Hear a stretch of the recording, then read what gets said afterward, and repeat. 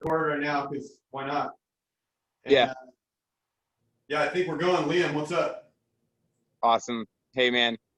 Hey, that reminded me of when I was doing one with Georgie. I can't remember if it was the one with Danny and Georgie or just Georgie, but Georgie noticed the chickens in our backyard behind me, and he Yeah, started talking about the chickens. So I know what you mean. Like I totally do that too. Like I'm so impressed with your background right now. That's where I want to be.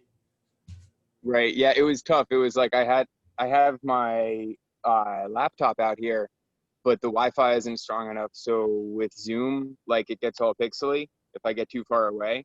Yeah, So I'm like, "Shit, okay, I'll just use my phone and stream it."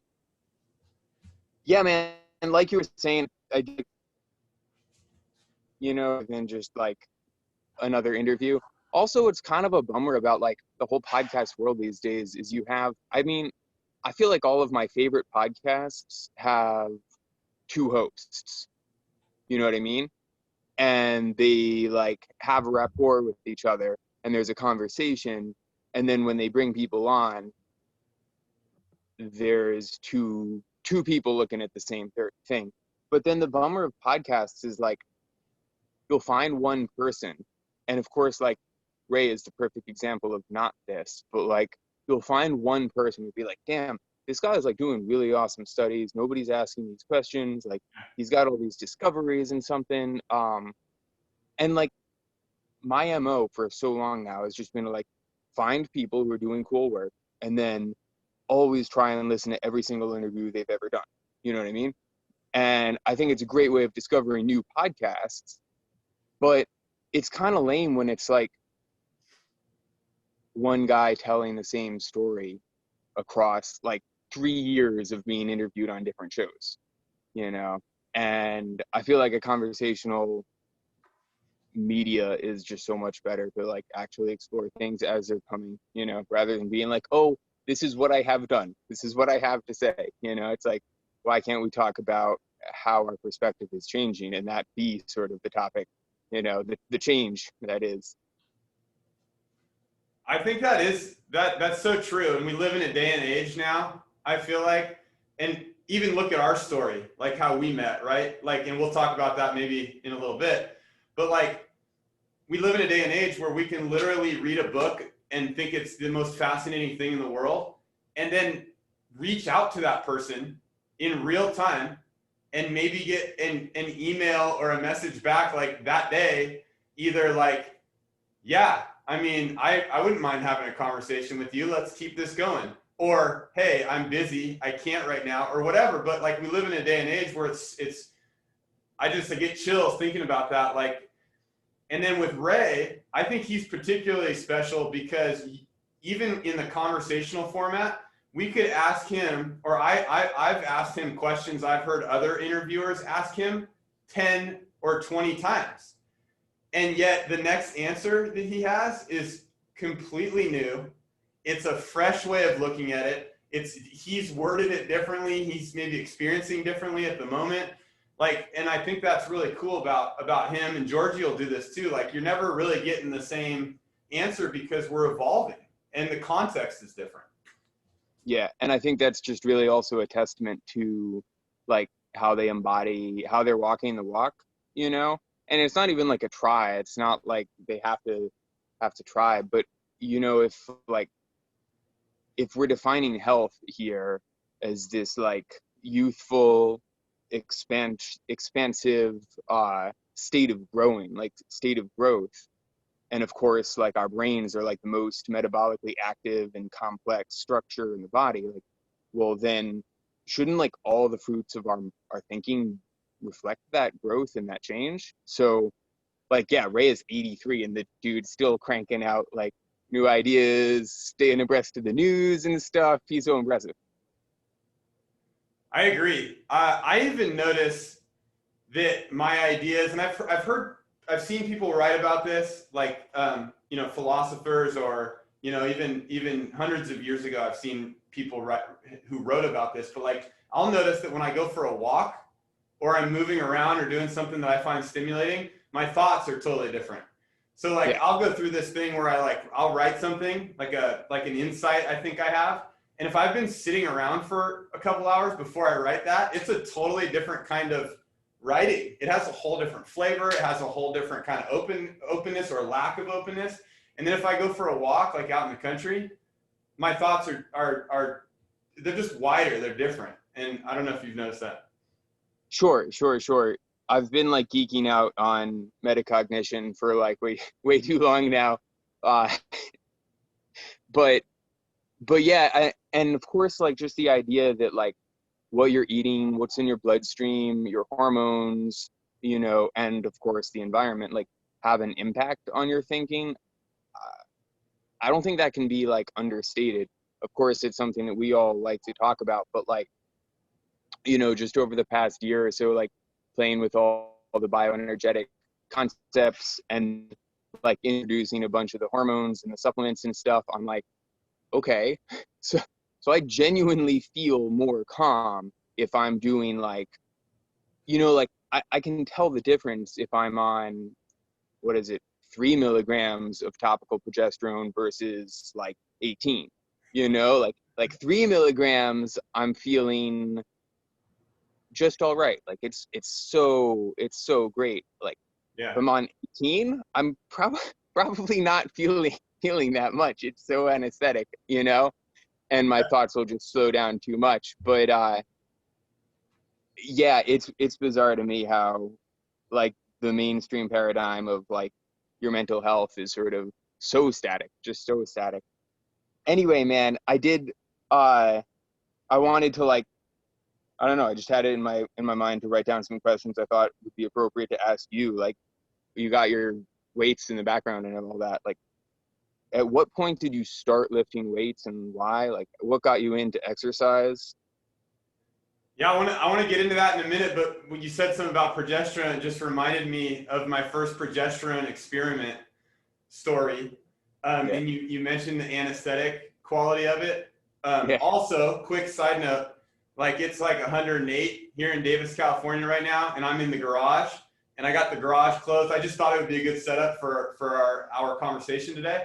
And I'm like, it's another little experiment because I'm going to see how hot and sweaty, and like I'm going to see how that has an effect on our conversation. I'm curious.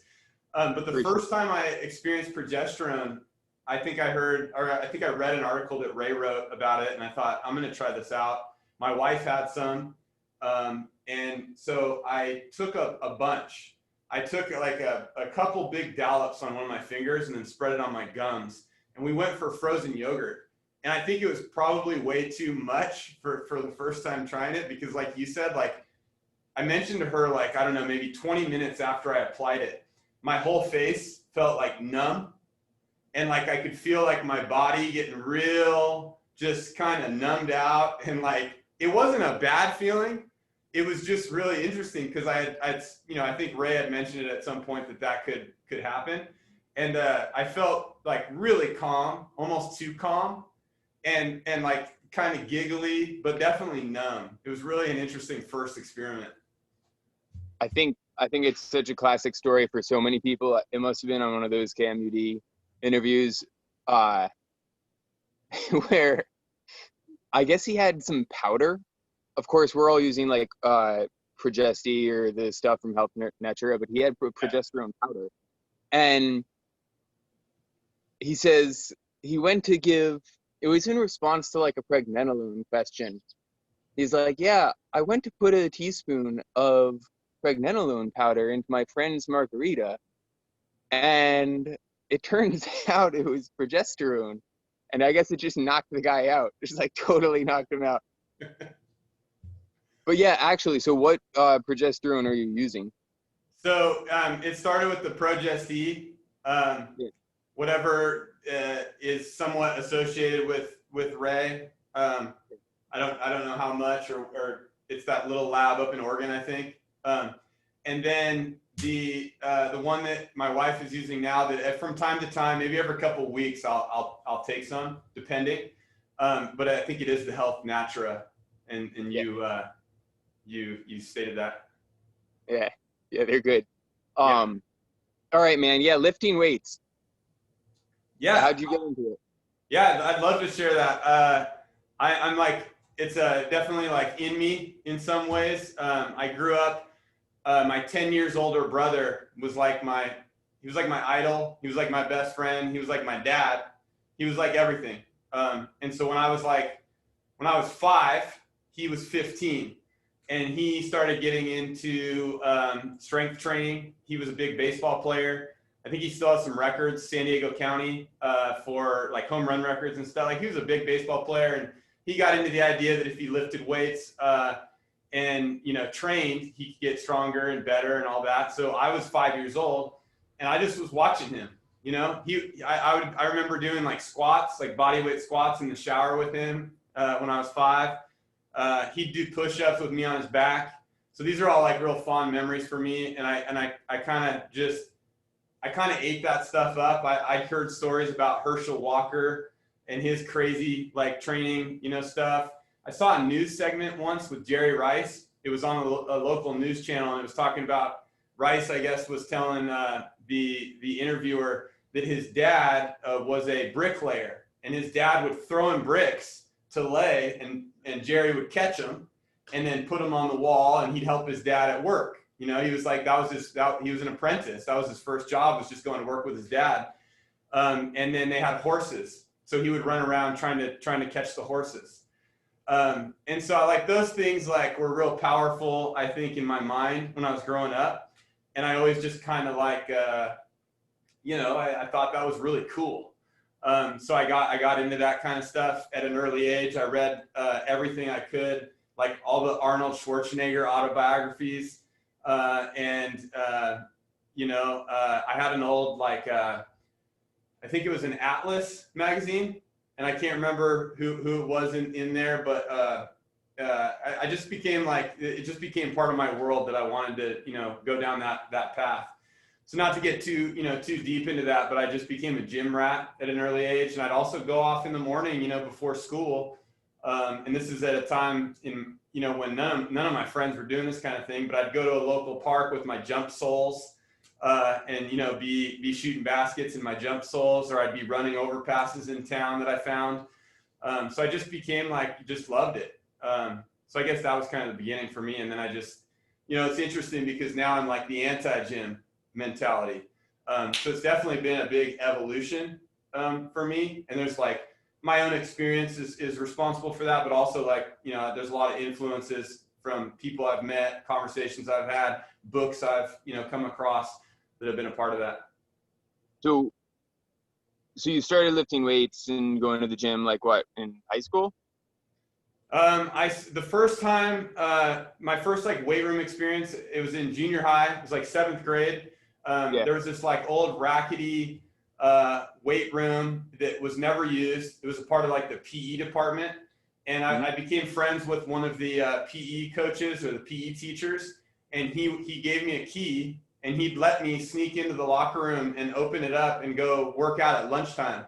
So I was like sneaking through the locker room and going to, and it was just a big, like one of those big, like all purpose, like all in one, like gyms that was attached to the pulleys and all that. And it was just one of those kinds of things. And it was in like a 10 by 10 room. It would barely fit. And I just go in there at lunch and just like lift weights. I thought it was cool. So that was like 7th grade. That was kind of my first dip into the weight room. And so then were you also a personal trainer later on then? Yeah. So I played baseball and football at UC Davis and lived in the gym. I kind of joke sometimes that I paid an egregious amount of money to really go to school, to play sports and lift weights and eat burritos and watch movies and hang out with people. So if I were to go back, I wouldn't have spent all that money. I would have just done those things. But yeah, I after college, I didn't know what I was going to do, but all I ever knew what to do was play sports. So I got into coaching. And as I got into coaching, I also became like the head strength coach at the high schools that I worked at. So that was my first experience with, strength training. And then from there, it became like I was training like parents, young human, like their kids. The parents would be like, hey, I want you to train my, 10-year-old. and his friends. And so then I was training like those groups. I was training the high school age. I was training like the college, athlete when the high school players or high school, athletes were going on into college. And I just kind of have been doing it ever since. That's awesome. So then that segued into your work with Feldenkrais? Yeah, my work with Feldenkrais, I think I like, and I really want to hear your story too, because it sounds like we're both a part of that idea that what we're getting as far as what fitness is and what fitness is being delivered by the mainstream, just like education, just like medicine, just like, all these big institutions is kind of bastardized and ruining people's health. And so I got into a lot of that, like, I would just describe it, I guess, briefly as high output endurance related strength training. And I just was destroying my health. I started having a lot of like problems, like physiologically, and then just with like my joints and stuff. I had some like kind of weird like injury experiences, and I started trying to pick up anything I could to help with that. I went to the internet and started doing research, and I think I came across a guy's website, Todd Hargrove. He's got a website, I think it's bettermovement.org. I think his work is fantastic, but he comes more from the neuromuscular or neurological kind of perspective on improving range of motion and overall health and everything. And he mentioned Feldenkrais as his influence, or one of his influences. And so then I started looking into Feldenkrais, and I just couldn't put it down. I couldn't put his books down. English wasn't his first language, so his writing isn't always like, as coherent as other people I've read, but his ideas were so, especially at the time he was writing, I think were so counter, maybe intuitive, or at least counter to like everything I had thought I learned, up until that point. So Feldenkrais was big, and then I started doing awareness through movement lessons, which are like Feldenkrais's idea, like for improving movement. Like it's like group oriented. You might be familiar with that, like where a bunch of people get in a room, and it came from Feldenkrais, who would basically walk around a room with 20 or 30 or 100 people. I know he did this at Esalen Institute in the Bay Area. Excellent. Yeah, and you have some. When we talked, you said you had some. You might have some ties to Feldenkrais through some of your influences and experiences. But anyway, yeah, Feldenkrais. I started doing those ATMs, and I would do a session which typically lasts like an hour long. I'd lay around on the floor and move barely at all. Like it's really weird. Like you lay on the ground and you spend an hour, and I feel like I didn't do anything at all. Like I would move like that far, and you just move in real subtle, slow, curious. I mean, and it's slow. It's like snail speed, how slow it is. And I'd stand up after one of these sessions thinking I didn't do anything, and I would feel, it's really hard to describe. Like some of these things were so impactful and powerful. Like I would feel like I was like connected with everything, and I felt like real into my wife, and like I felt like just had all this energy, and it came from doing almost nothing. I think it was pretty interesting. I did a lot of that, so I did like hundreds of hours of these ATMs over the course of 3 or 4 years. So that was part of it. Yeah, I honestly just like to put a pin in that moment, that sensation you were just describing, to come back to later. But yeah, so that's cool. And so it was like the Feldenkrais method that sort of brought you to the world of alternative movement, and the idea that we have a lot of bullshit or misinformation in the fitness world. Yeah, bullshit. Yeah. It was so Feldenkrais was one of them. Really, my own experiences. What's that William Blake saying? Like the man or woman who persists in his or her folly is bound to become wise, or whatever. Yeah. And I think a lot of it was that, like, I was real hard-headed, and I still am. I'm still hard-headed about things, and I think sometimes, and I think Ray's even talked about this sometimes, like, you got to let people do that, and I found that I might be a person who has to do that a little bit to realize his folly. And so that was part of it. I got into Alan Watts. I remember reading a book in high school about Olympic athletes using visualization and even like Zen image, like kind of techniques to train for their events in the Olympics, like floor routine gymnasts or rings athletes, and on and on and on. And I got real interested in the whole mental kind of just different techniques. And that eventually led me into Alan Watts and reading his books and listening to his lectures online, which are all over the place. And so I would say, yeah, Feldenkrais, Alan Watts, and then more recently, the last 3 or 4 or maybe 5 years, Ray Peat. And like these guys actually together have been real big in the last 5-10 years for kind of getting me on a whole nother trajectory. I feel like, at least. That's awesome. That's awesome. So when we talked, we met through Instagram, right? Basically. Yeah. So like you commented on one of my posts, and then we kind of had a little dialogue, and then we were whatever that's called, like direct message or whatever. And you mentioned a few things, and then we started talking, and then I found out that you mentioned that book Anatomy Trains Yeah. by Yeah. Tom Myers, which I've Yeah. had on my list forever. I want to read. I haven't read it yet.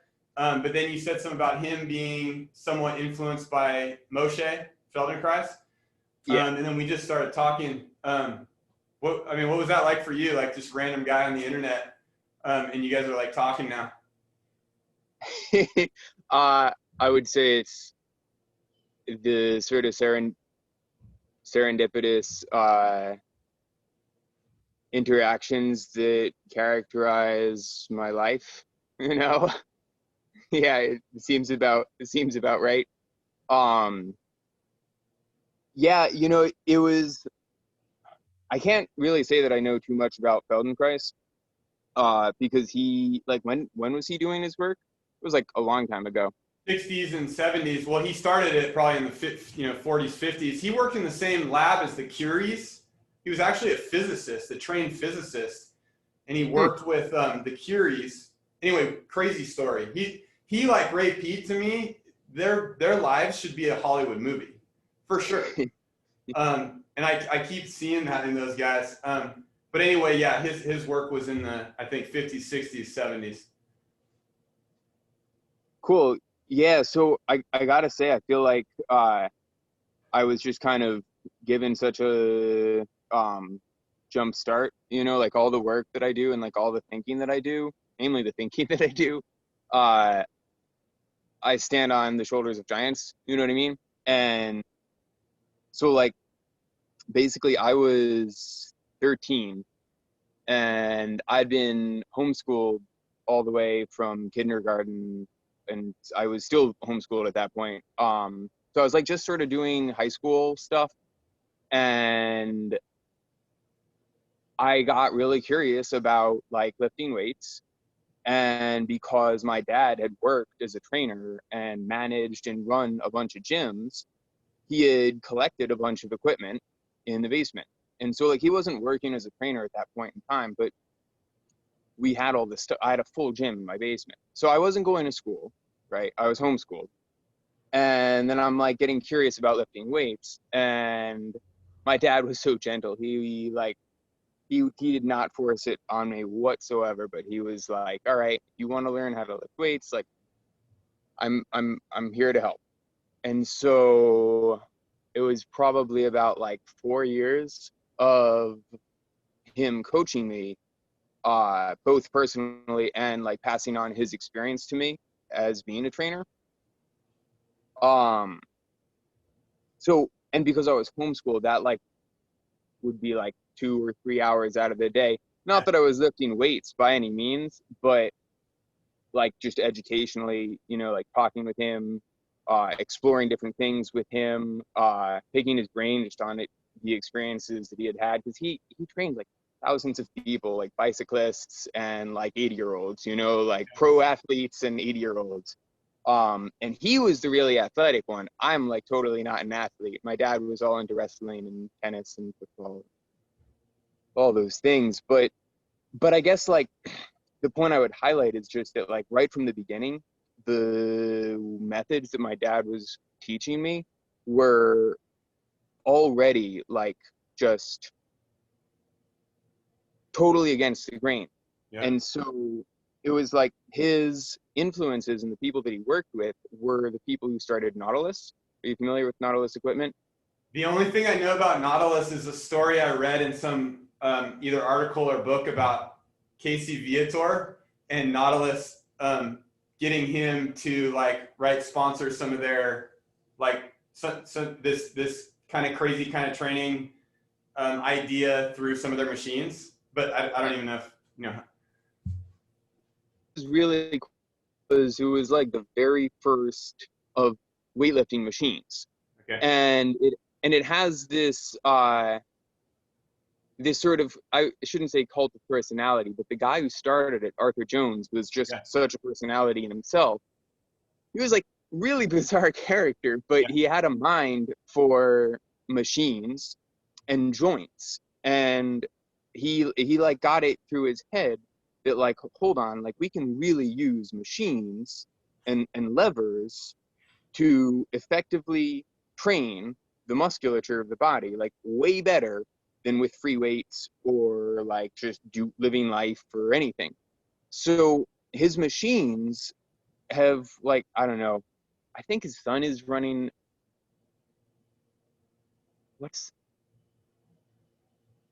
his son is running some machine company right now. Okay. It's like vaguely similar, Hammer Strength. Oh yeah. And they're pretty good machines. But basically what came out of Arthur Jones was high intensity training. Now, like you literally can't say high intensity training now without people just assuming that you mean high intensity interval training, which is really bizarre to me, right? Yeah, totally different. I mean, there's different things. Yeah. So high intensity training was like the bread and butter of my physical education starting at the age of 13.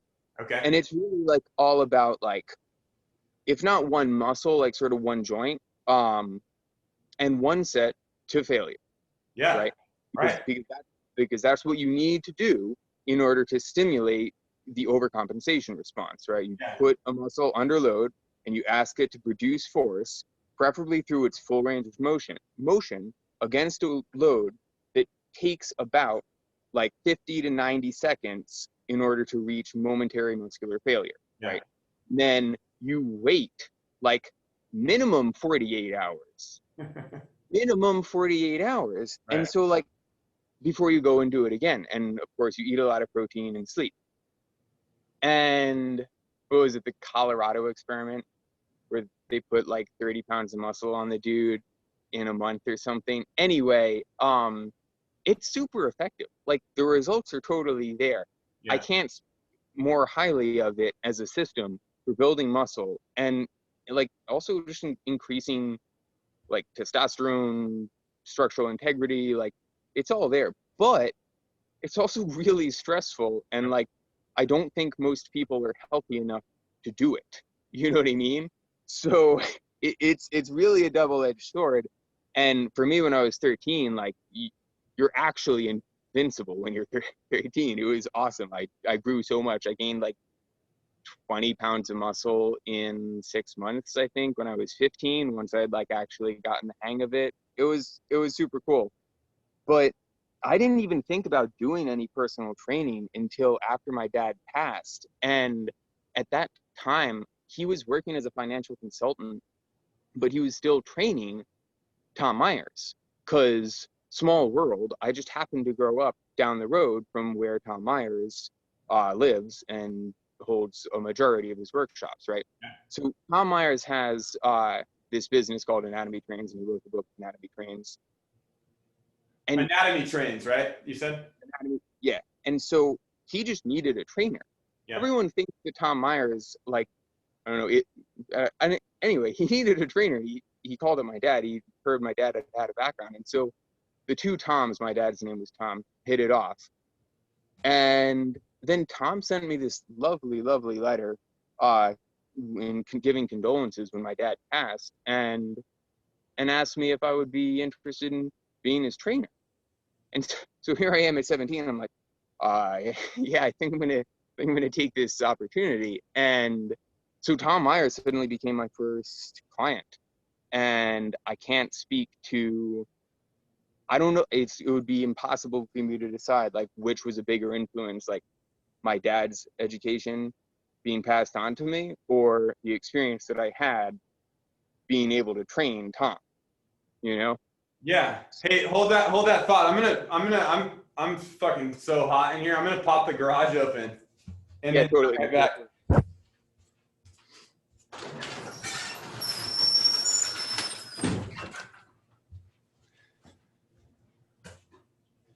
Immediately that feels totally different. A couple of things I thought about when you were talking there. One, I'm sorry to hear about your dad.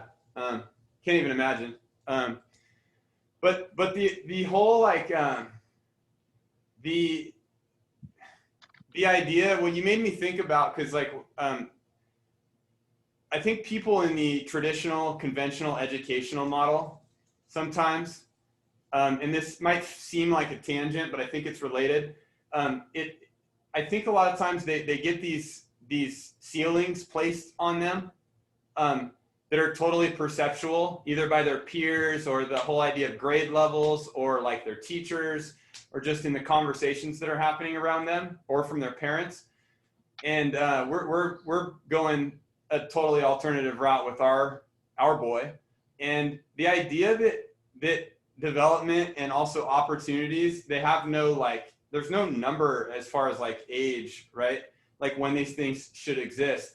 And Yeah. you mentioned that like your whole experience, like you're exposed to some of these things that I would have died to be exposed to when I was 10, 11, 12, 13.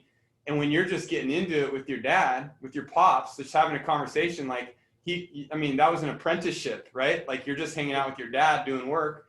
And I would have loved stuff like that. And you got that opportunity because there were no perceptual limits placed on you. I feel like, I don't know, that just resonated with me. Totally, man. And I can't, say how grateful I am enough, but like I was reflecting on it last night. It's basically like when I was younger, I was so much healthier than I knew, than I am now. And the more I learn now, the more I learn how much healthier I was, And it's like, especially getting into Ray's work these days, I'm like, I don't know if I'm more grateful for that experience with my dad in the gym, or just like the decision that my folks made to homeschool me. Yeah. Like they did a pretty good job to like get me in touch with other kids. Yeah. To cover that like social base or whatever. But just like the idea of teaching kids how to learn, than rather than like feeding them information. Yeah. I'm so grateful to have dodged the educational system in a big way there. So the other question I had for you was like, what at what point did you find Ray or bioenergetics? Like where was the opening in the door there? Yeah. So the idea, and I'll kind of string this with something you talked about, and then bring into the whole, like, getting in touch with the race stuff. The idea that like we can do a lot more when we're younger and get away with it.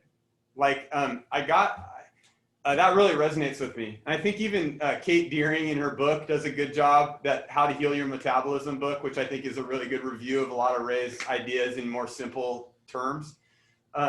But she even talks about it, like, and you mentioned it, like if you're healthy, if you're, cellularly operating at a high level, like you can do a lot as far as fitness and exercise and such, and probably be okay. But to but if you're not healthy and you're not of like, energetically replete, status, doing things in the fitness, the I think conventional fitness sphere are just going to further destroy, right, any chance at health. Yeah. So where I was getting away with a lot of really extreme, I want to kind of say like CrossFit-ish type stuff. It was high intensity. In other words, lifting close to 100% of my perceived, ability or maximum, and going for very long periods. So it was like high intensity mixed with long duration. And I'm glad to I, hear. I'm glad to hear you had. Sorry, man. What's that? I was just gonna say I'm glad to hear you had experience with CrossFit, because it was sort of like something I wanted to get into in just terms of like talking about how we have all these movement systems. Yeah. In the industry today. But go ahead. You were getting to how you found Ray. So you were talking about CrossFit. Yeah, I was probably doing like CrossFit-ish type stuff, like before CrossFit was ever a thing. And I became almost like poetic about it. Like I became very romanticized by these trips I would go on. Like I would literally like pack my 4Runner, which I still have, a 99 Toyota 4Runner, and I'd pack the back of the car with an Olympic bar and weight plates. And I would take off. And I didn't know where I was going. I'm in the Northern California area. I either go towards Tahoe or Auburn, like up in the mountains, or I'd go to the North Coast. And sometimes I'd land in San Francisco, and sometimes I'd land, in Jenner, California, or Mendocino, or Lake Tahoe, or wherever. But I'd take off, and I'd just go. I didn't know where I was going, and I'd land somewhere out in nature. I'd usually find a hill, because I love hills. And I'd take my weights out of the car, and I'd just start lifting weights and running. And like, I became like, it was like very cool to me to like get out and just like go on these adventures. Yeah. And sometimes I'd write about it. Oftentimes I would be totally stoned. I'd smoke a bunch of weed and then lift a bunch of weights and just run around. And so where I'm going with that is it was totally fun, but I was getting away with doing things that were probably not good for me in the long run, because I still had some of that kind of, some of that youngness still. So I started, I was doing a lot of this for a couple of years, probably from 09 to probably 10 to like 12, like for 2 or 3 years. I also got into some of the no sugar or low carb experiments. And so I was really just, on low fuel, doing like crazy, things with weights and running and stuff. And I started having weird health symptoms, like not being able to sleep through the night. And it was like actually started to be scary for me. Like I literally couldn't sleep through the night. I'd sleep for an hour and I'd wake up with a pounding chest, and I felt like I was having a heart attack. And I went months without like being able to sleep more than like a couple hours. And then I started having like panic attack episodes. So some things were really wrong. They were really going, like there were some things, I think a lot of my friends and people around me thought I was like an epitome of health. And I have some old pictures. Like I was so jacked and ripped, and I was taking all these weird supplements that I didn't even know what they were, from like the back room you could only get into with a key at like a Max Muscle, like superstore. And I was doing these things, and I think a lot of people thought I was real healthy, and there was clear evidence for me personally that like shit was not going right, and something was not happening in the direction of actual health. So I just dove into trying to, I basically stopped lifting weights for a while, because I almost was like falling apart. So I have a story similar to some of these other people I think we've met who go through these like low carb diets and these like extreme fitness kind of things that maybe work for a while or seem like they're working, and then they clearly just seem like they're not in the direction of health. And I discovered, I don't know what interview it was with Ray Peat, but it was a transcription online from some interview. and the Google keyword was panic attacks, because I was really curious, like, why am I having a panic attack? Like, this is not something I had ever, dealt with or thought that it might be happening to me. And he mentioned something about panic attack and blood sugar and hormones, and I can't remember exactly, but I was like, interesting. And he mentioned sugar, and then I started and then I found his website, and I started reading his articles. I think this is a common story for people who have been influenced by Ray. Is like, you come across this website, I read an article, I have no idea what he's talking about, because it's just like it was just like so different. It was so counter to everything we read about health, and then it's also like deep. Like, he'll have a paragraph, and in that paragraph, I think there's hundreds of hours worth of stuff that you can investigate from a single paragraph that he writes sometimes. And so I went through his website. It took me, I'm still reading through his articles. I haven't read through all of them still. And I started experimenting. The main thing I started doing was adding sugar slowly back into my life.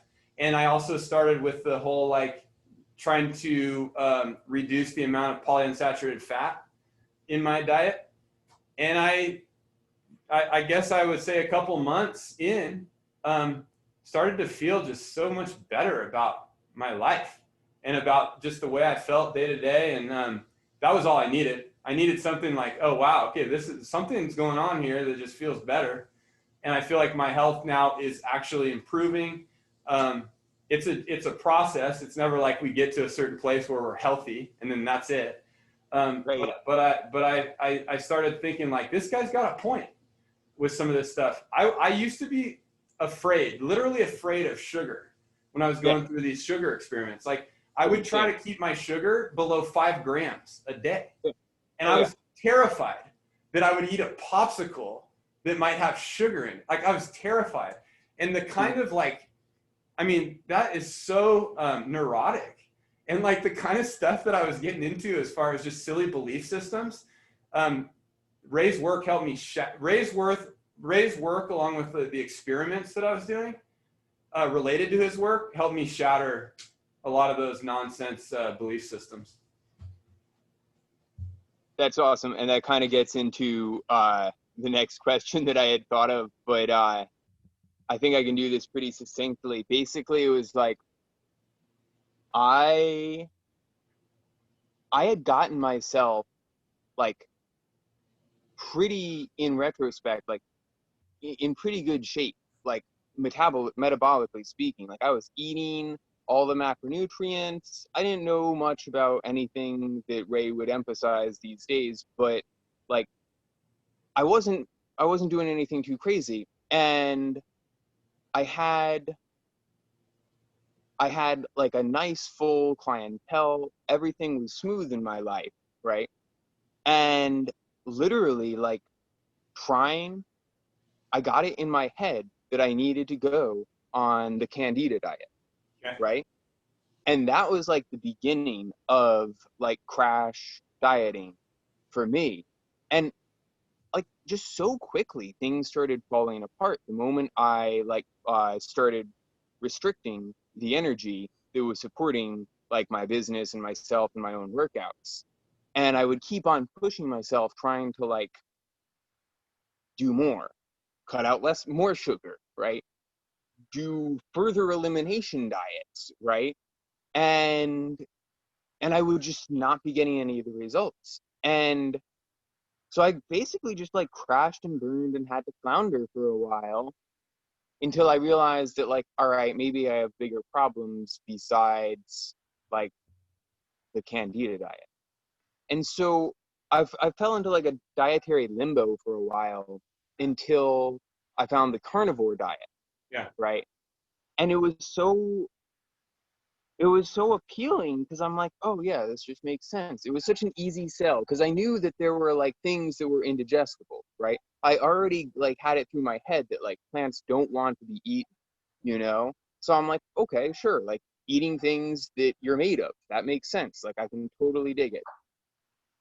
And so I just went right back on the, zero sugar kick, Yeah. And things started like I would just have no energy, no energy at all.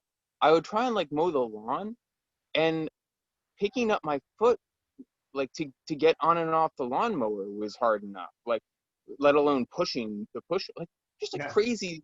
crazy symptoms, no libido, like, and I was like 23 or 22 at this time, Yeah. right? So I'm like, clearly I'm doing something wrong. And I would also have just like panic attacks, like you said, like the panic attacks and fatigue. It was panic attacks, fatigue, panic. Yeah. And then I found this guy on Instagram, and I think it was like through an interview with DJ Murakami. Total shout out to that guy. Do you know him? Strong No, Camps is, I dude. haven't That heard guy of is him awesome. yet. His Instagram handle is Strong Camps, and like you totally dig him. He's really awesome.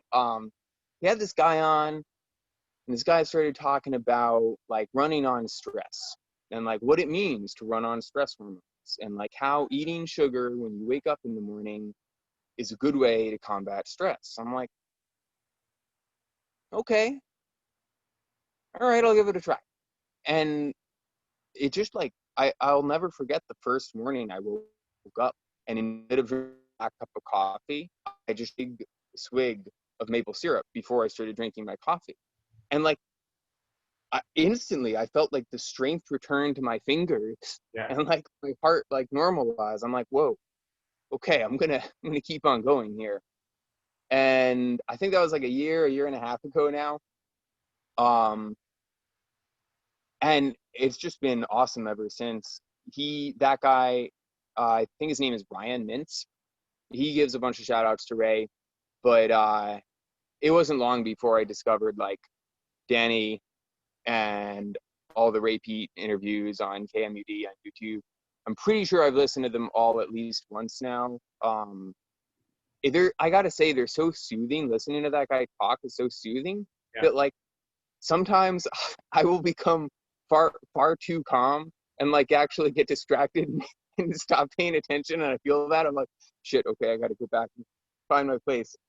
Anyway, man, the question I really wanted to hit you with was like, looking back, and this could be like at any point in your life, like knowing what you do now, knowing what you know now, like what do you think would be like the the most crazy and damaging and ludicrous thing that you did or like ate or didn't eat, thinking that you were being healthy? Oh wow. Um, I've often been laughed at, and of course still now, right? Like I'm like you mentioned the maple syrup. Like our boy and I will sometimes go into the fridge, and we'll just turn the maple syrup, over and, Yeah. and drain it into our mouth, Uh-huh. and he'll do it, Yeah. And, so like we've done, and my wife's used to it now, so it's not like a shock to her. Yeah, I still can do some things that shock her, I think. But like, I used to get laughed at all the time for the way I would eat. Like you mentioned the carnivore situation. Like when I got into the whole like no sugar thing, it was because a friend of mine was like, so I had gained like, I went from like 190. I was like a real thin, kind of athletic looking maybe, but more like what is it, like an endomorph type build, through high school and then the beginning of college. Yeah. And then, so I got it in my head that if I ate everything, period, everywhere, wherever I could find it, and I was eating like probably 7 to 12,000 calories a day for a couple years. Like I'd wake up in the morning and crush a Tombstone pizza, and it set the tone for the rest of the day. The first thing I'd do is put a Tombstone in the oven and crush it. And then, by mid-morning, there's like this taqueria, Guadalajara, like my favorite restaurant, in town. And I'd crush a super burrito, which I think was 1,200 calories. And that was just my first couple hours of being awake. And so like I got in my head that if I ate everything and if I lived in a weight room, I would get bigger and stronger. I don't know where I got that idea from, but it was just like in my head. And so I did it. And by my junior year, I was 255 pounds at 6'1", and I was a bowling ball. and I could lift the house. Like I was really strong. Like, you know, at least in my own mind, I was pretty strong. I could lift heavy weights. And my buddy a year later was like, I just graduated from college, and my buddy was like, you know, Butter, he's like, you're so strong. He's like, I bet if you cut out carbs completely, you would get so jacked. Like you would be ripped. And I remember like thinking, and I think it was right around the time that movie Step Brothers came out, or maybe it was maybe that was later, but it like the context of what's his name in that movie, like saying, I haven't had a carb in like 2 years or something like that. I can't remember that scene, but anyway, I took it as a challenge. Like I'm gonna see if my buddy's right. Like I'm gonna try this. So I went 3 months. I'd go to like that taqueria place, and I'd literally order a $10 side of steak, and I'd just eat steak. I'd wake up in the morning and eat eggs. I probably subsisted on eggs and steak and it started out as an experiment for 3 months. I started to lose weight and get more kind of like cut looking. And then in my mind, I was like, oh, this must be the holy grail. Like this must be it. I'm going to keep it going. So that led to my troubles, or many of them, of course. But like, you know, years later, I was still doing it. And I literally would just eat basically steak and eggs. I remember one time in Austin, when I was living in Austin, Texas, one of my good buddies, one of my best friends, he came over to my house in the morning after we had gotten done throwing some weights around, and we made a breakfast that was, we went to the store on the way home to my apartment that I was living in, and I think we got 3 or 4 dozen eggs, like 3 or 4 cartons of eggs, and we cooked all of them. And between the two of us, that was our breakfast. I think I ate like 28 eggs, and he ate like, you know, 20 or something like that. But anyway, it was like ridiculous, like what the stress I was putting on my body by doing stuff like that. So I don't know if there's any one example of like just really probably damaging, you know, behavior that I did, but I did a lot of like real stupid stuff, I think. That's funny, especially with the eggs. Like I have to one, like it's the first question that comes to my mind is like, what was actually causing you more harm in the case of that one huge egg meal, right? Like, was it excess choline causing like cholinergic overload, or was it the PUFAs in all the egg yolks? You know what I mean? Because eggs are one of those or just an amount of protein that no human will probably ever be able to digest in one sitting. Sure. I think the easy one for me, or at least the low-hanging fruit of like crazy thought I was being healthy, would be the fish oil, man. Would be all the fish oil that I would take. I was so convinced that fish oil was the holy grail of making my mitochondria happy. I was so convinced. And so I would spend a bunch of money on boutique omega-3s for DHA in particular, right? And I would always be shopping for a new one, because you never know when they're going to go rancid. And I never thought once that like, if these go rancid at such low temperatures, what do they do inside my body? Never considered that, right? And just all the seafood I would eat, man. All the seafood I would like literally just like try and do like the fattiest tuna at the sushi bar, just trying to get as much DHA and omega-3s as I possibly could, right? It was wild. And it like did, and there was zero reason for me to think that things were moving in the right direction. That's what really made it crazy. It's like there was no positive feedback coming from my body.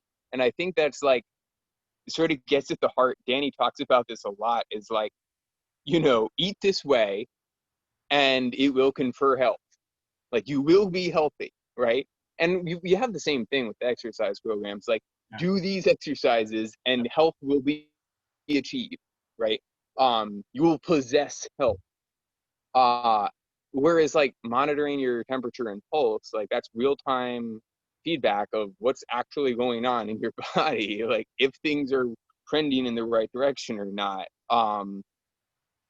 Yeah, it's something that we're missing so much. I think I think it lends itself to our, and Ray talks about like our authoritarian culture and Sure. our, society of learned helplessness, and like, but this idea that we could attach ourselves to a belief blindly and literally not be noticing any cues that something might really be going on.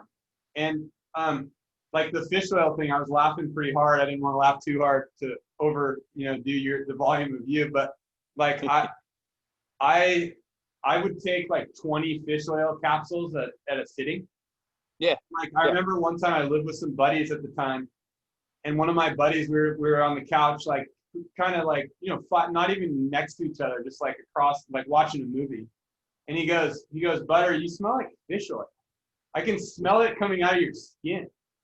And I don't know if he was like, I think he was being serious, but also he knew I was like, I was finishing these bottles of fish oil that I just bought in like 3 or 4 days, these big gigantic bottles of fish. And it's like, I don't even think I went beyond the someone saying this is good for you part. Like someone's like, this is good for you, and I like bought it and started eating them. And I don't even think I even thought about what it was doing once it got totally rancid inside my warm temperatured body. I didn't even think about it. Yeah, and is another case, of like I was doing research. I was like looking at the hundreds and hundreds of studies on why omega-3s are good for you, right? Because there's so many of them. Yeah. And then the problem really is just that, like, well, science isn't particularly scientific, and it can't be, and therefore we need to be that much more critical in how we consume it.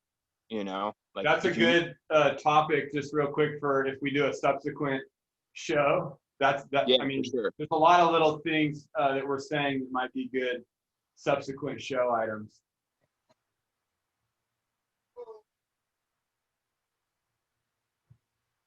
Hold on a second, man. Yeah, no worries.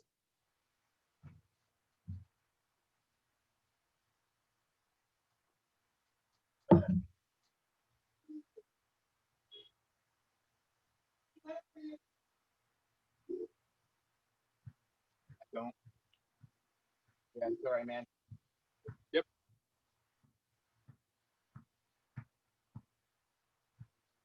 Well, that was the census guy knocking really loud.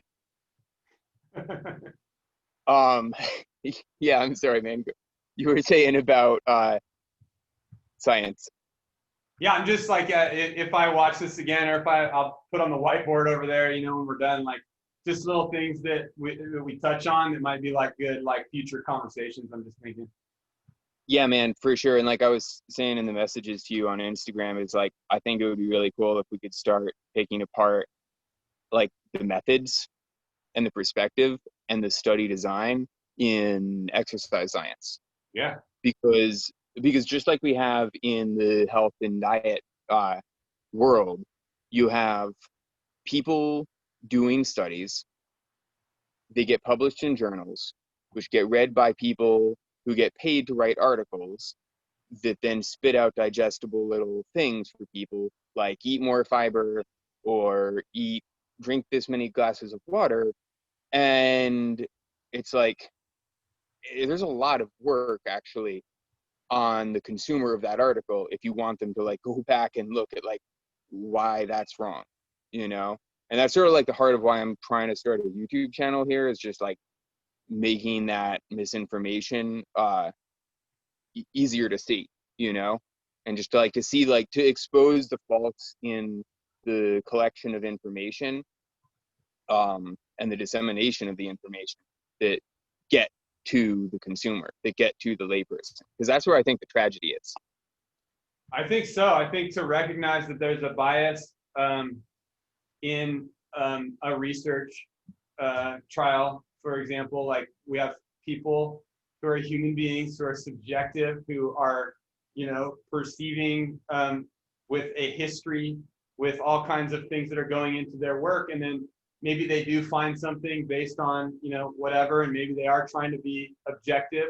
and then there's a headline, and that headline might get cherry picked and then filtered through the media based on a wide variety of factors. And that ultimately there's a lot of money behind if science can even happen at all. And I'm talking about the business of science. Like real science doesn't need money, but the science that we see in the articles and on like the internet and on and on and on, like that takes a lot of money to make that stuff happen. So I think you're right. I think that would be amazing if we could really zero in on like, okay, where are these ideas coming from?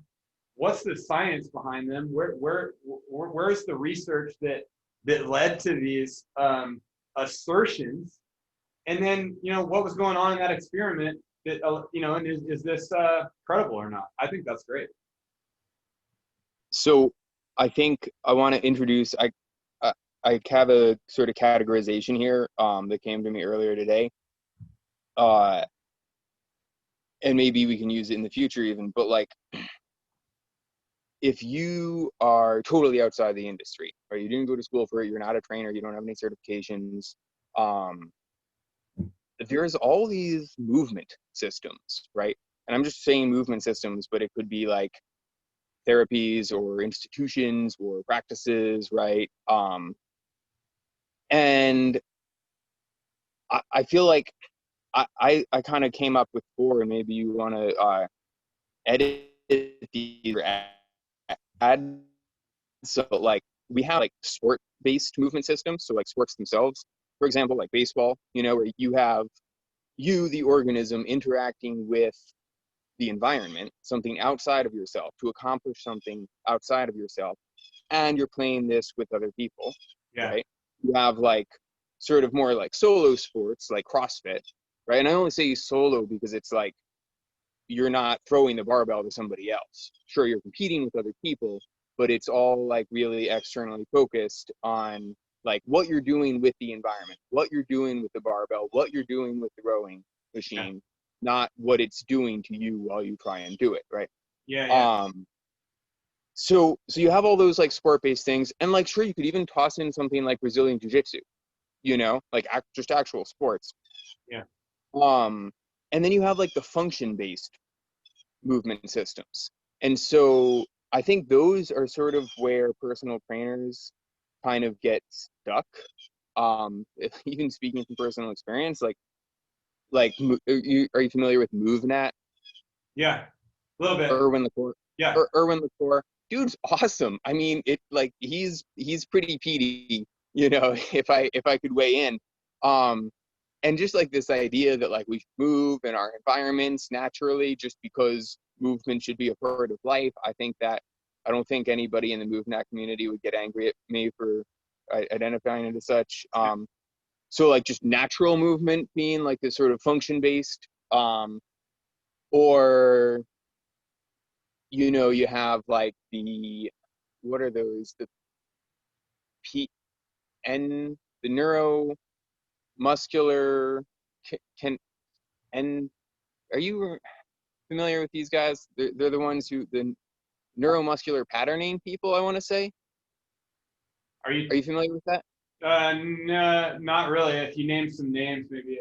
But I think I'm getting their name wrong. And then, for example, you have like,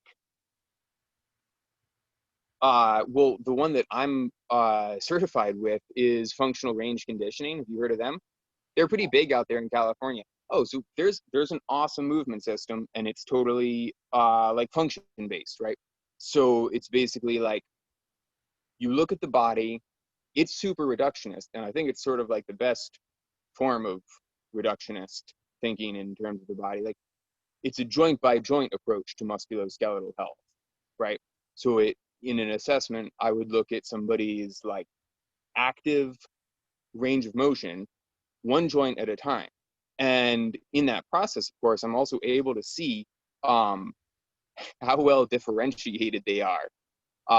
They use the term disassociation, your ability to move one joint without another. And that's super useful. But I also feel like disassociation, the ability to move one joint without the other one moving. For example, like if you're the one they always use, for example, if you rotate your hip internally, right? Does your pelvis fall forward? You fall into anterior pelvic tilt when you rotate your hip internally, because if it does, then you don't really have dissociation at that joint, right? So I would make a case that dissociation, joint dissociation, is sort of like a marker, a stand-in for differentiation.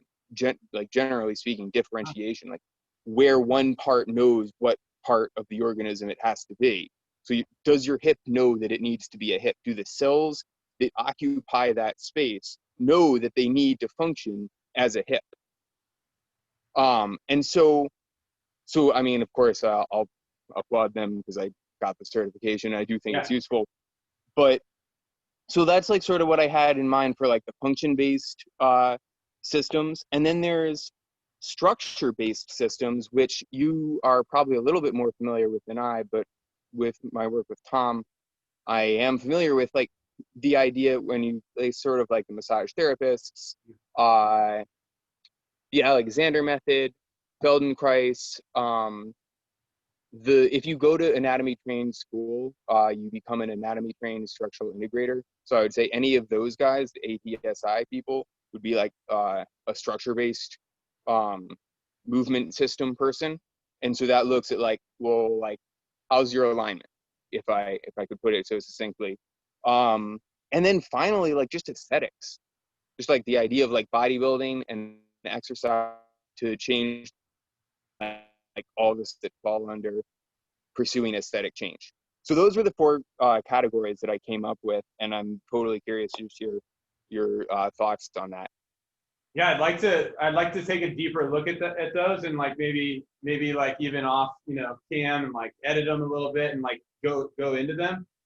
Sure, yeah. I was telling my wife earlier, and I only said this intuitively. I had no idea, but it seemed like maybe where we would be a good combo in talking about this stuff is I've so much of my life has been about maybe jumping into something and feeling it out and going by feel, and I do have like some like background in like reading various people or like getting into different works and stuff, but I feel like you have a stronger background in really digging into some of the research behind some of this stuff, at least at the beginning of our relationship, and I feel like that could be a really complementary kind of thing. So like I've gravitated towards, I started with the whole like the bodybuilding idea because of the Arnold Schwarzenegger books I got into, but it was like what lifts, what exercises and what like body part do they affect, and so it's very reductionist, but also aesthetic in the sense that it like, Arnold used to talk about going into the gym and looking in the mirror at himself to decide what he wanted to work on, because it was all about the picture, like a Greek statue that he was carving into himself. And that was really cool to me to think about that at a time. And then I got into movement patterns. So like really, I think I've evolved into like this, I call it 6 to 9 movement patterns. And I say 6 to 9 because I'm always either taking one out or putting one back in, and they're like the classic like squat movement pattern, the hinge movement pattern. So for example, right, like picking something up off the ground is like a hinge movement. Squatting is a transitional movement that finds itself in everything, I feel like. Push and pull, right? And then I do like locomotion as a 5th category. But then I have weird categories like spontaneous play, and maybe more of that move natural, like or like the sport stuff, right? Like open chain, like you don't know what's gonna happen next. Like I love playing hacky sack. So I'll be with someone and we're just like, you never know where the ball's gonna go next and how your body's, gonna need to be contorted to return that hacky sack back to the other person. And this stuff to me is so playful and so spontaneous. And so I put that in its own category. I put laying, and I like doing something called corpse pose, where I literally try to lay completely motionless except for my beating heart and my breathing. And I play that game, and I call that another category. And I think that comes from my Feldenkrais experience, is that the stillness and the very, very almost imperceptibly slow movement being a category in itself. So I do, kind of things like that where I kind of, to me, the movement patterns are like, what movement patterns would I like to employ on a regular basis so that I'm able to do, as long as I live, things that I would never want to live life without, like Sure. hike or sprint up a hill, or lift a box over my head and put it up in the rafters. So for me, like, a lot of my thinking is like, I'm gonna practice stuff I like, but also stuff that I see working into a life that I like, a life that I want to live. So I think together, I think we can piece together some really interesting ideas. 100%. And like, I will just go on record, like, it was totally, I mean, it was sort of like function when I was like getting into it, when I was like 13. I'm like, I want to be like able to like do pull-ups like all the movie stars, like the action heroes and stuff, but I also wanted to look better. And so like bodybuilding was very foundational for me. And I got totally lost in the whole like functional movement stuff with zero results and like injuries. And Are you talking like Gray Cook type stuff and like? I don't know Gray Cook, but Okay. I would say that I would make a case in defense of bodybuilding. It's an art form. Like, you totally can change the way you look, and if you want to change the way you look in any given way, like, you should be able to do that. And if you think one way is more aesthetically pleasing, then like, right on. Like, I'm all for the freedom of expression there. Also, like, the posing and the muscular control, like, those are like really powerful. Those are really, really powerful because it teaches and trains the body to trains the mind to live inside the body, right? To experience life inside the contraction in your bicep, to be able to distinguish between whether you're using, your VMO or your, what's the other quad muscle, right?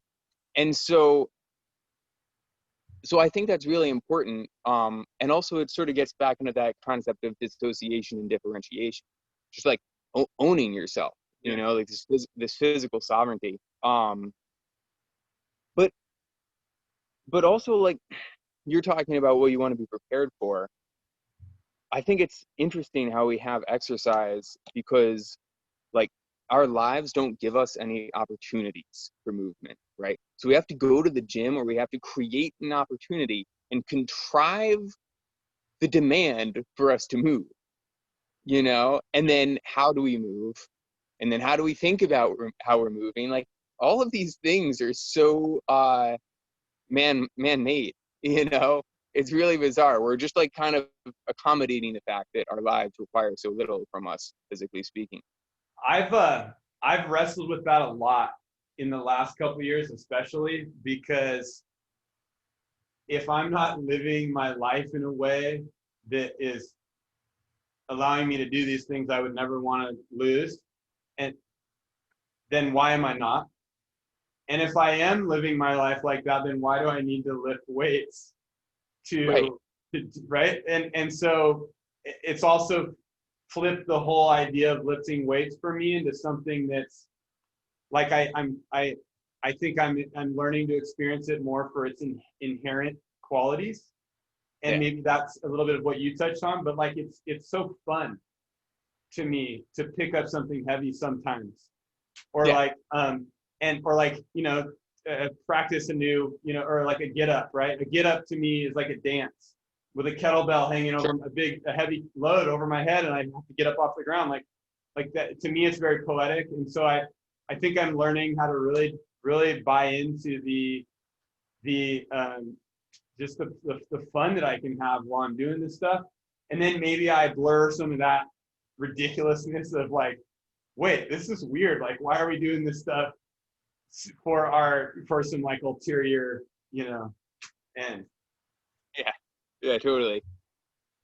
I just love lifting weights myself. I love exploring new ways to perform an exercise, right?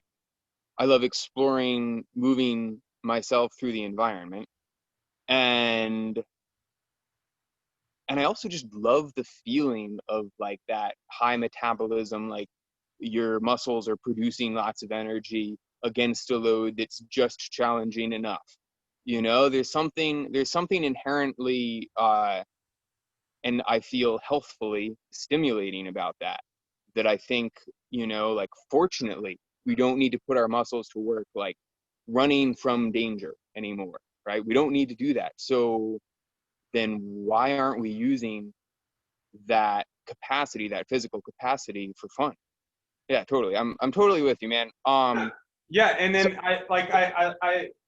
I also think I just want to add this, like, it's, we live in like this weird, like, I don't know, it just seems weird, like we're in this post-apocalyptic kind of like, we're on the verge of some, like, I don't know, like, just the world is like crazy place right now, it seems like.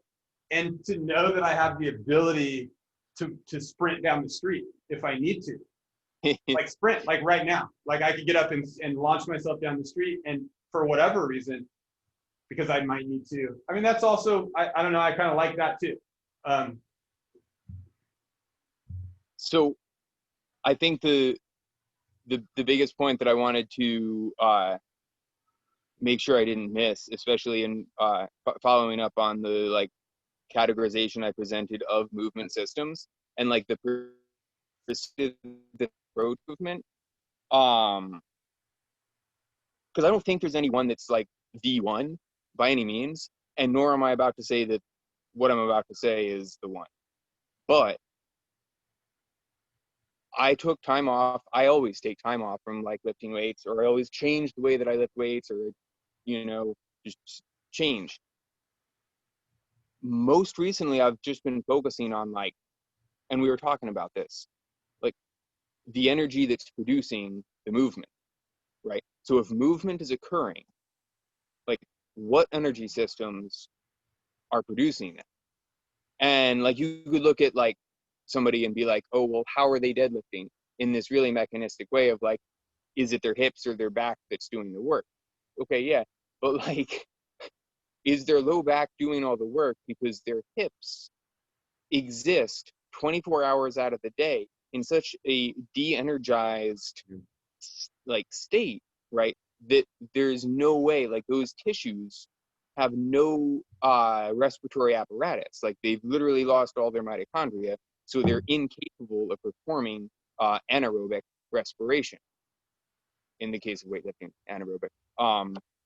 And so I just think that's like something I really want to talk about a lot, is like the energy that produces movement, and how that happens, and how like your organs have their own agenda underneath, and then all of the things, all of the muscular demands that you're placing on your body happen on top of that as an additional stressor. Like people don't even think about the idea that like holding your head up while you're sitting down requires muscular activity, right? yeah. And it's like Ray talks about that. He'll be like, there's people with such poor metabolisms that sitting at rest, they are functionally hyperventilating because of lactic acid buildup and all, you know, their broken metabolism. And so like when you realize that most people have like seriously compromised metabolisms, Yeah. all the time, and then they start like just adding exercise to the mix, I'm just Which like, is stress, which is stressful, right? Like exercise is stressful. Activity is stressful. yeah, no, that's specifically the point I'm making. Yeah. Yeah, exactly. Wow. I want to say wow, because I feel like that's going to get me into a deeper place than I had anticipated with this, and I'm jacked about that. Awesome. I'm very interested in exploring that. The thing I thought of a little bit when you talked about the energy systems beneath the action, and like what's actually giving power to the engines that need to work to make that action go. I was thinking about some of my Feldenkrais experience. Like one of the things he talked about sometimes was when you do a movement, you're laying on the ground, right? And you might be moving your finger. Like you might be laying, out on the ground, and then I might be moving my left index finger up, like towards my body, very slow, like so slow. And then he talks about like where is that initiated? And you're going inside, you're sensing, you're exploring, and you do this movement where you lift your left index finger, for example, and I just made that up, but you do it 20 or 30 or 100 times, and you take lots of breaks and you rest, because that's hard work to be that focused and to try to really figure out, okay, what's actually happening. And then you explore it to a point where you find out that movement is initiated nowhere close to your left finger, right? But somewhere else in your body, or in your hips, or in your feet, or in your so that's I don't know. I love that idea about thinking about where stuff starts. Sure. All the more reason. What you just said is all the more reason that we got to get you a copy of Anatomy Trains, because it's like, yes, everything is connected in the body. And then what Tom did so well for the world is gave us a very functional map of how things are all connected in the body, right? And so he does this with the myofascial lines. And there's this handful of photos that's getting circulated on the internet, a whole bunch right now, and they're just called kinetic chains. And I feel like they're getting at it, but it's only like a fraction, like maybe like 10% of the truth that lives in Anatomy Trains. And it sucks because so many people that I'll talk to, they'll come to me with something like, oh, I'm working on my my calves are really tight because my low back is all jacked up, right? And they heard somewhere that like you have this kinetic chain that connects your calves and your lower back. And well, yeah, your calves are intimately connected to the muscles of the lower back. Like I would argue that your calves are more connected to the muscles of the lower back than they are the abdominals, right? But it just sucks when things just kind of get like diluted rather than being digested. It's like you'll have somebody's like really heady work that's tough to wrap your head around, like maybe a Ray article, right? And Ray does a really good job of making those approachable, but like then they get digested by somebody, but instead of being digested, they get diluted, and it like amounts to somebody thinking that you should just like drink Coke and milk all day. Yeah. In the case of Ray. But yeah, no, you should totally. We got to get Anatomy Trains going for you, because we can talk about that more. It is interesting, right? When someone comes and they have these, and they might be a particularly heady person to begin with, but they have these they've identified already what a problem is before there's any exploration of what that problem might actually be. And so it makes it almost incredibly difficult, if not impossible, to actually get any investigation going, because they've already decided what's wrong. And in a way, right, that also makes it so that they'll never be able to actually explore a different way of being. And we see this in medicine and health, matters as well as fitness. But I thought that was interesting you brought that up. I have a question. When you're talking about the myofascial connectivity, is there a nervous system component to that work? Yeah, for sure. And I have to like disclaimer, like I'm not an anatomy trained structural integrator. And if any of them are watching, they are so well educated beyond myself. Yeah. Is there a nervous system? Yes, totally. I think that's the most of an answer I can give you. There was some other point I was going to make about anatomy trains that I'm losing. Anyway, Yeah, I'm sorry. I asked that because when I started reading Moshe's work, I got open to the whole idea that so much of our state, which is constantly changing. I think he used the word acture instead of posture because he didn't like Yeah. the word posture because it's so static. That really it's dynamic. It's constantly changing. So he used the word or made up the word acture, but to describe this like constantly changing state. But I had come from a year or so of really diving into Kelly Starrett's work, and he seems to be coming from a particularly biomechanical perspective. And when I learned more about what Moshe was getting at, I realized that there were so many people who were missing the boat on the neural and the nervous system component of all this. And so that was partly my question because like for example, I had tried for years to like improve the depth and the quality of my squat. And I think Kelly Starrett even has that. I don't know if he still does it, but when I was watching him, he would say a lot like, you got to step into the pain cave, right? When you're like digging those things into your muscles and stuff. And so I thought like, oh man, I need to really get into that tissue to change its actual physical state. And with I got into Moshe's and nothing happened. Like nothing changed. Like I might feel changed for a day, but it would come back where I didn't feel comfortable in a squat. I couldn't squat deep. I certainly couldn't squat like I felt like I could squat when I was a little kid. And then I got into Moshe's work, and I started doing some of these, awareness through movement kind of things, and started exploring my body in real slow, ways. And I think I appreciated the nervous system element of it because I would like do these things that didn't feel like I was doing anything, and like a week later, I would like get into a squat position. I would realize like there was some fundamental change that wasn't leaving.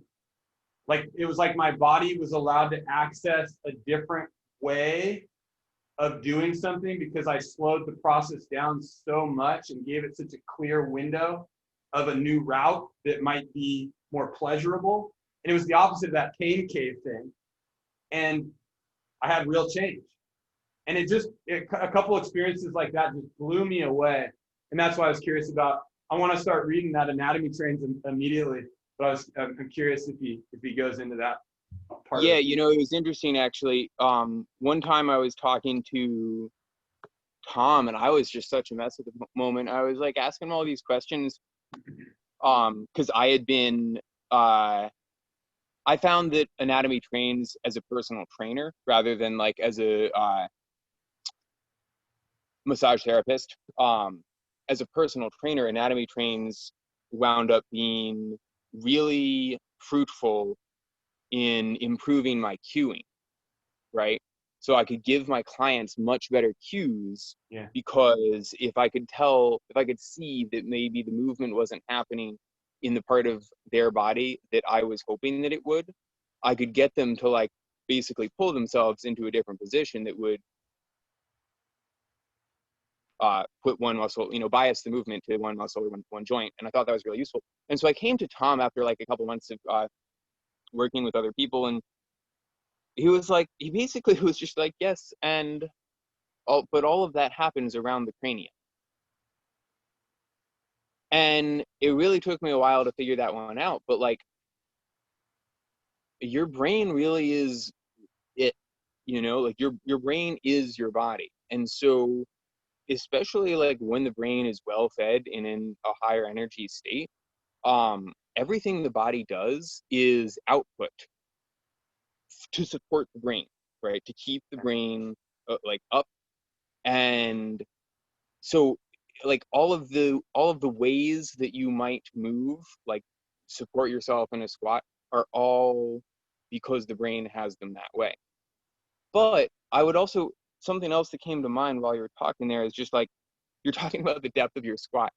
And I think it's super funny because like, I remember at first, like I couldn't squat at all.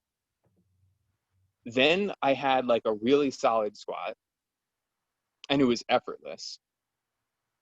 And then I found myself able to squat like very, very deeply. And I'm still able to squat like, totally, like I can just sit up off of the ground, no problem.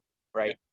But I can tell you right now that I am receiving like zero internal feedback from like the muscles deep, all the tissues deep in my hip, that they are happy producing and absorbing forces in those end ranges of motion, right? And so I also have to wonder, like knowing what stress hormones and estrogen I've been running on, like is this actually just like, is my capacity to enter that deep of a squat just symptomatic of sort of like a waterlogged prolactinemic state that my tissues can absorb forces down there in such depth? You know what I mean? Wow. And so it's like, okay, it's cool that I can do that, I guess. Like it is functional, yes. But it's also not something I try and do a whole bunch because I'm like, yeah, no, I don't I don't see spending a lot of time in that position as particularly fruitful for me right now. So I might do some more like targeted work on the end range of motion for each of my hips and independently and outside of a squat. But anyway, that's a little bit of a tangent. But I'm just trying to get into the idea that like producing is worth considering. I love that. And it made me think about like, cause I've the whole squat itself has changed forms for me over time. Like I used to squat heavy because I thought it was like really important for getting bigger and stronger and like getting faster. And, you know, that's a whole nother research, you know, kind of thing because I think there might be some research to suggest that if you squat at high intensities, there's a bridge to being able to run faster, or it translates to like more power and your ability to produce power while you're running. But I started last year or so, I started thinking about the squat in related to like life movements, and like the need to have something real heavy on your back in a squat position to me has kind of it's gone away. Like I keep thinking about all my situations in life where I would actually have to be in a squat position and stand up lifting very heavy weight. like the transfer from like the weight room to real life. Like I can't, like now deadlifting is totally different, right? Like there's a lot of times in my life where there's a heavy box or something on the ground, a boulder or something I might want to pick up. Well, that's a deadlift. That's not a squat. And so that seems relevant to me, but the whole idea of a squat has, like, I don't lift heavy weights for squats anymore. Like I don't squat heavy. And the main reason is because I started to really reflect on like the squat as a transitional movement. I think I said that earlier, but like every time we get up and down off the ground, we're essentially using some variation of a squat, right, in between, or we get up off a chair, right, we're in a squat position coming up. But I'm never doing that with like 300 pounds on my back. Like it's such a lightweight, maybe high volume sometimes, not usually, but like definitely not. Like what's the need to, and this might be also a tangent, but like what's the need to squat heavy? I've lost that as like an interest. Sure, I'll speak to that pretty specifically. I think basically it's like, yeah, no, you would never really rise from the ground with a heavy burden placed on your back. So I don't think there's any need to be doing that. The question of like strengthening the musculature of the back by loading your legs way up here on your spine, okay, maybe, but like the deadlift will probably do something very similar if you're trying to strengthen the muscles of the back. But I would make a case for like the leg press or the leg extension or the leg curl or any number of leg strengthening exercises, right? Because and going heavy on them, like sure, put as much weight as you can on the leg press. And it's crazy that the leg press is bastardized to me. But you want to do that because if you're capable of pushing, and I think we can agree that the squat is a push, if you're capable of pushing a weight from 90 degrees hip flexion and 90 degrees knee flexion and 45 degrees ankle dorsiflexion, right? You're capable of coming from that, like sitting on a regular chair or maybe even a little bit lower, right? And pushing a weight away from you that's 5 times your body weight, right? If you're capable of doing that for 10 reps or 60 seconds, right? Then every time that you go to stand up out of a chair or slowly sit down into a chair is so much easier. Yeah. And your head weighs the same amount, right? So if you get stronger in the gym, it makes life easier. Yeah. And so I think that, like, there's really a good case to be made for being strong just in that, is that, like, you can deconstruct your body and sort of reverse engineer your body with machines, with appropriate strength training to make life a breeze, and to also just like make gravity lighter, weaker, you know. And then the energetic demands of standing up and down out of a chair go down. Climbing up the stairs to go grab something that you forgot is psychologically so much like less of a weight on you, and that's a big life thing. I like that.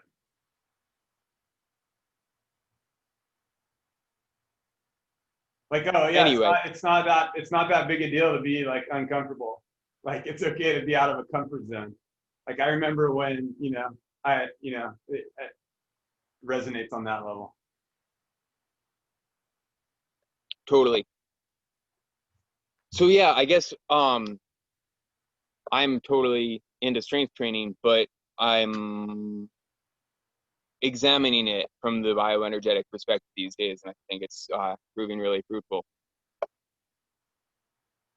I agree. I think this could be valuable for other people maybe who are in that boat too, of like coming from a background of like fitness or health, or or just trying to improve their health, or into lifting weights, who are also becoming interested in how the body, physiologically speaking, can operate in a way that actually just like life is like a good thing, right? What's that Ray Pete where he's like people have been taught to believe that like life is like a bad thing, or whatever, but like that life's actually a good thing. Yeah, totally. I quoted him also on that one. Yeah, man, I think this is really awesome. I'm excited to do some follow-ups here with you for sure. We can definitely dive into I feel like we could have a couple of shows just on we could have a couple of shows on a bunch of things, but like just on the sport-based or function-based movement systems, and like where we think they come get things right, and where we think they could be improved. Also just to like actually flesh our experience out against, like, off of one another, I think would probably be really useful for both of us, because there's more to be learned from what the other person has learned. Oh, I think 100%. Like you mentioned a bunch of things in this chat that I'm like, oh, I had never even thought of that perspective. Like, I want to dive into that a little bit and think about that and like research and experiment with that. So yeah, 100%.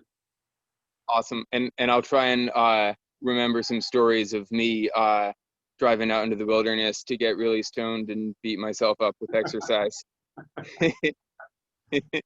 Awesome. Yeah, man. Yeah, I feel like that's all part of the deal, right? Isn't it though? All right, man. I'm gonna go and try and sneak in a swim here, even though it's dropping into the mid 60s in Maine. That sounds amazing. Have a good swim and enjoy the rest of the afternoon and evening. Awesome, man. Take care. It's a pleasure chatting. Total pleasure. Yeah, next time.